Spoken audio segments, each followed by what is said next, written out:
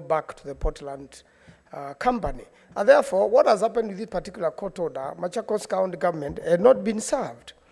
And instead of waiting for that, or the judge giving an opportunity, which happens, this ruling was arrived at through technicalities.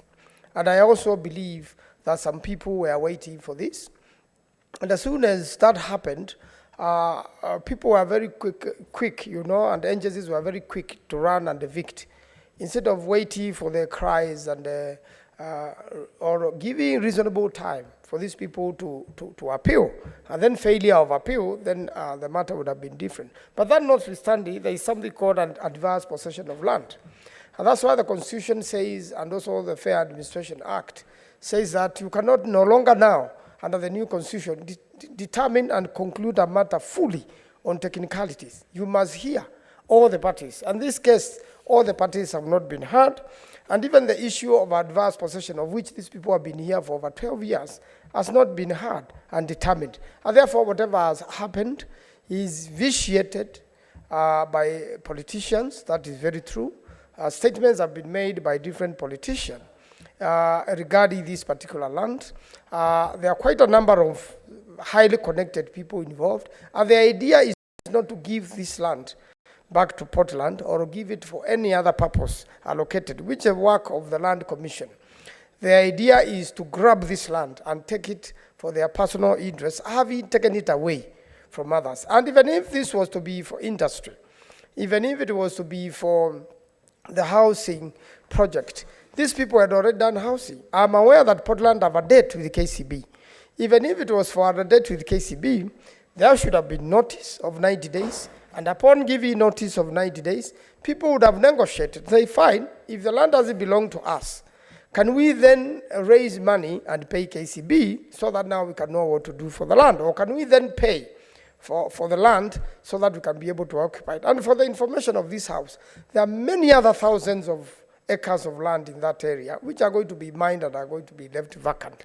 So for all purposes and intent, that will still have covered any purposes the government or any other agency would have wanted to do so in future, but not to evict the people in an inhumane way, destroy their properties. They fail to have a human face. I don't think that's what government is. Government has a human face. And that's why we politicians go to the people and are servants of the people. We should hear the cries of the people. So the ones who damage and destroy the properties, I am very sure the Court of Appeal is going to revisit this, and there is going to be substantive hearing at the Court of Appeal while the houses are down and the people have been evicted, the churches have been destroyed. I think from what I've seen, even a mosque was constructed in my village, a place called Kadonzweni, irregularly on public land without consultation. But even after the Muslim community who had done that left the area, up to today nobody has touched that mosque. It is respected. Nobody else can go and destroy that mosque. You must respect places of worship because they are sanctified, and all this land we are fighting about belong to God. It doesn't belong to a particular individual. So I believe when we finally go to the Court of Appeal, and I'm sure the parties involved are very busy filing, and also we have this other ruling we are waiting in November.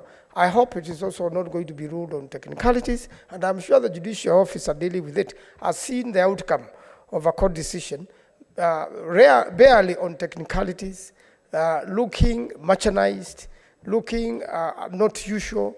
You know, justice must be seen to be done. Justice cannot be managed through cartels.